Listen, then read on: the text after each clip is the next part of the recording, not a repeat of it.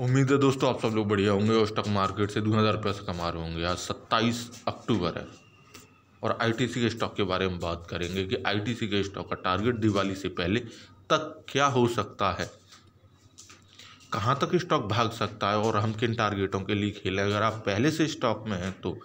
और दूसरा कि अगर आप नई एंट्री लेना चाहते हैं तो किन कीमतों से नई एंट्री लें, क्या टारगेट रखें, और साथ ही साथ स्टॉप लॉस भी मैं बताऊंगा। हालांकि इसका कल रिजल्ट आया है, आपको मालूम ही पड़ चुका होगा, लेकिन मोटा मोटी मैं फिर भी बता दूंगा ताकि जब हम किसी स्टॉक में जाते हैं और उसके मूवमेंट को पता लगाने की कोशिश करते हैं तो बहुत आसानी होती है। जिस तरह से ये बंदा चिल्ला रहा है, आईटीसी का स्टॉक भी इसी तरह से चिल्ला के एकदम भागेगा। तो चलिए देखते हैं। अगर आप चैनल पर नए हैं तो चैनल को सब्सक्राइब जरूर कर लीजिए और साथ में जो बेल वाला आइकन है उसे भी प्रेस कर लीजिए ताकि जो भी मैं स्टॉक्स वीडियो इन्फॉर्मेशन आपके साथ शेयर करूँ वो टाइम टू टाइम आपके पास पहुंच जाए और आप उससे स्टॉक मार्केट से अच्छा खासा पैसा बना लें।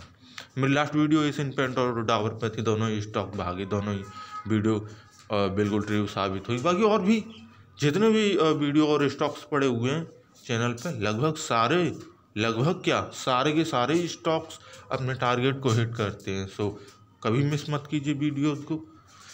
चलिए देखते हैं। अब तो केवल नेट प्रॉफिट और रेवेन्यू के बारे में बात करेंगे। तो क्वार्टर 2 के रिजल्ट में यहाँ पे लिखा हुआ है कि quarter 2 consolidated net profit 37.14 billion rupees बजे 33.68 बिलियन रुपीज़, मीन्स के 33.68 बिलियन से अब नेट प्रॉफिट उठ के 37.14 बिलियन रुपीज़ रहा सितंबर के क्वार्टर में, क्वार्टर 2 में, जिसका अनुमान लगाया गया था कि यह 37.2 बिलियन रहेगा, लेकिन ये उससे भी ऊपर उठ के 37.14 रहा, मीन्स अनुमान से भी ज़्यादा। अब जब किसी भी कंपनी का अनुमान से ज़्यादा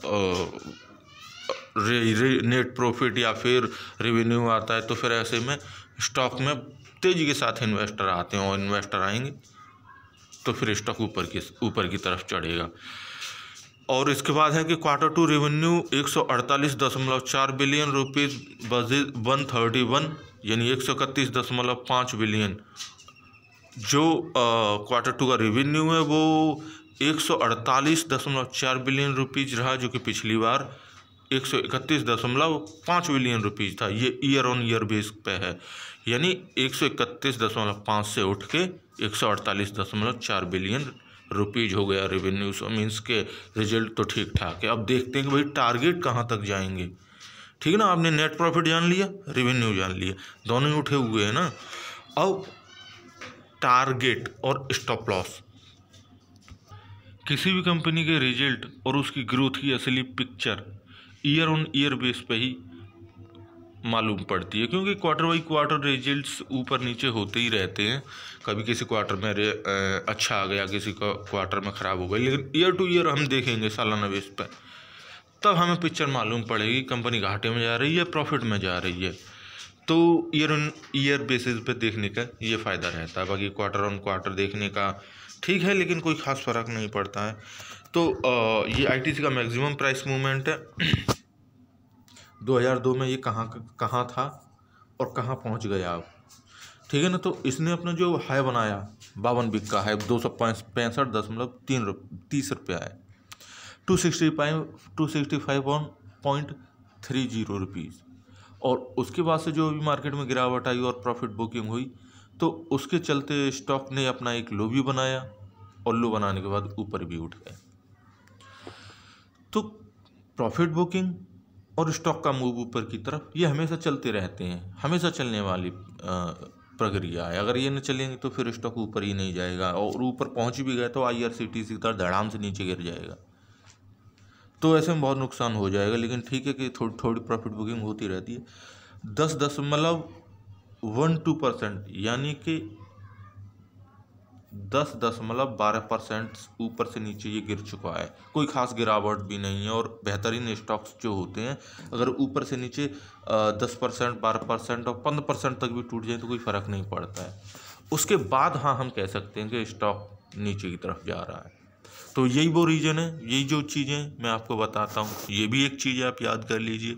आप खुद भी देख सकते हैं और किसी भी स्टॉक में कहीं भी एंट्री ले सकते हैं। लेकिन हमें अब इसके टारगेट पे बात करें। अभी मैंने हैकिनेसी लगाया, मैं इसे कैंडल चार्ट में कन्वर्ट कर रहा हूँ। हैकिनेसी शोर ख़त्म कर देती है, यहाँ पे जो ऊपर नीचे जो हो रहा है ये दिखना बंद हो जाता है। बहरहाल इसके 5 दिन का प्राइस मूवमेंट देखिए ज़रा। 5 दिन में क्या हुआ है कि बहुत से क्या लगभग सारे स्टॉक ऊपर से नीचे की तरफ टूटे, कुछ एक स्टॉक छोड़ के 245.47 रुपया 5 दिन पहले इसकी कीमत थी और इसने अपना लो बनाया था 230.65 रुपया यहाँ से ही, यानी कि 25 अक्टूबर के बाद से स्टॉक में ऊपर की तरफ मूव चालू हो गया। मीन्स कि जो लो बनाया उसे तो टच नहीं किया, लेकिन धीमे धीमे ऊपर की तरफ। अभी हाल में इसने 241 रुपया का हाई बनाया था, ये कल की बात है, और कल स्टॉक टूट भी गया। अब कहाँ तक स्टॉक जाएगा देखिए, मैं हमेशा बताता हूँ और आप भी इसे याद कर लीजिए, आपके लिए काफ़ी महत्वपूर्ण चीज़ है। कोई भी टूटा हुआ स्टॉक कभी करंट मार्केट प्राइस पर ट्रेड नहीं करता, और ये आपके लिए एक बेहतरीन बात है कि करंट मार्केट प्राइस पर नहीं ट्रेड करता, फिर कहाँ पर ट्रेड करता है। हमें जो ऊपर नीचे दिख रहा होता है वो हमेशा अपने पिछले लोज और हाई के बीच में झूलता रहता है। जैसे ये लो है, ये हाई है, अगर इसे तोड़ देगा तो स्टॉक नीचे चला जाएगा, इसे तोड़ देगा तो ऊपर चला जाएगा, जैसे यहाँ पे तोड़ा है ना।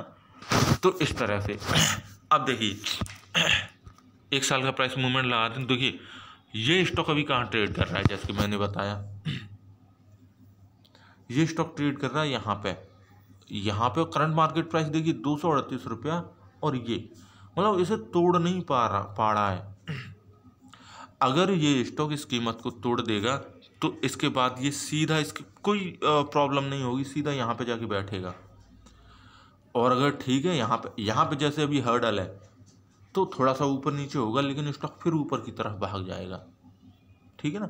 थोड़े हर्डल है वहाँ पे, ऊपर नीचे होते रहते हैं। तो दिवाली तक इसके लिए मेरे हिसाब से जो पहला टारगेट है आप रख सकते हैं 252 रुपया, ईजिली गेन कर सकता है, बहुत ईजिली गेन कर सकता है, ठीक है ना। और उसके बाद 260 रुपया, 52 और 60 में कोई खास फर्क नहीं है, लेकिन अगर आप यहाँ पे देखेंगे तो स्टॉक के लिए काफ़ी मुश्किल हो जाएगा। और 260 रुपया के बाद आप जानते हैं कि अपने नए हाई बनाता है, और जब कोई स्टॉक अपने नए हाई बनाता है यानी कि अपने पिछले हाई को तोड़ देता है तो वो 2 नए हाईज बनाता है। अब इसका पिछला लो 265 रुपया का है, ठीक है ना, वो माफ़ कीजिए 265 रुपया का हाई है, 265 रुपया 30 पैसा का इसका हाई है। अब ये 2 और हाई बनाएगा, मिनिमम तो 2 नए हाई बनाएगा। और अगर उससे ज़्यादा बनाता है या उससे और ऊपर निकल जाता है तो इसके ऊपर, तो इसे 270 रुपया भी कर सकते हैं। तो इन तीनों टारगेटों के लिए खेलिए, और तीनों टारगेट पक्के टारगेट, क्योंकि ये किसी अंदाजे से फेगुनिची लगा के या वगैरह दूसरी किसी चीज़ों से नहीं बताया जा रहा। ये है स्टॉक के मूवमेंट के बेस पे, स्टॉक जिस तरह से ट्रेड करेगा उसी तरह से स्टॉक भागेगा। ये देखिए अभी कहाँ पे फंसा हुआ है स्टॉक, एक तो यहाँ पे फंसा हुआ है, एक इस हर्डल को भी पार नहीं कर पा रहा, तो दिक्कत है अभी। अगर यहाँ से देखें तो इस कीमत को पार कर जाए तो स्टॉक और भाग जाएगा। सो ये रही ITC की कहानी। उम्मीद है आपको वीडियो बेहतरीन लगी होगी, अच्छी लगी होगी।